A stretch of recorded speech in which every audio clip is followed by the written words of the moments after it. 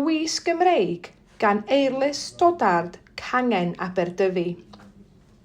Yn dilyn arddangosfa lwyddiannus yn dathlu etifeddiaeth Laura Ashley yn MOMA Machynlleth yn 2023, penderfynwyd cynnal arddangosfa tecstiliau arall sef hanes y Wisg Draddodiadol Gymreig. Mae'r Wisg Gymreig yn eiconig erbyn hyn ac yn rhan bwysig o'n treftadaeth. Gwisg merched dosbarth gweithiol cefn gwlad yn y 19fed ganrif oedd hi'n wreiddiol ac wedi cael ei gwneud o wlân lleol yn bennaf.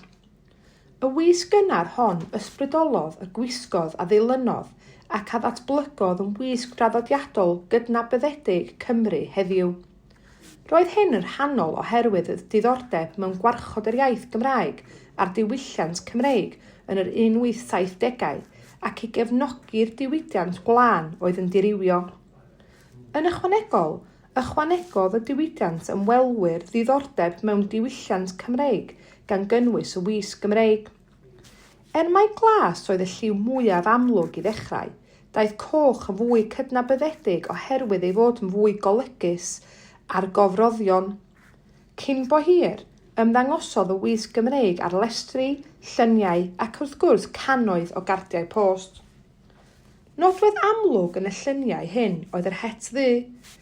Gwisgwyd yr hetau hyn gan ferched 150 o flynyddoedd yn ôl ac maen nhw wedi dod yn gymaint rhan o ddiwylliant Cymru a rygbi a chorau meibion yn ôl Michael Freeman.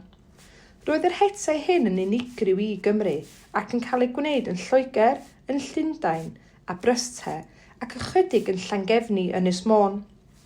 Yn rhyfeddol iawn mae dros 400 o'r hetau hyn wedi goroesi, arwydd o'r pwysigrwydd a roddwyd ar yr hetiau gan yr rhai a garau ei gwisgo a'r rhai a'i hetifeddodd. Yn ystod gwyl Machynlleth eleni, caiff ddarlith Halstat ei chyflwyno gan Michael Freeman. Gellir dadlau mai dyma'r arbenigwr pennaf ar hanes y Wisg Gymreig. Mae Michael wedi treulio oes yn ymchwilio i bobl a diwylliant Cymru.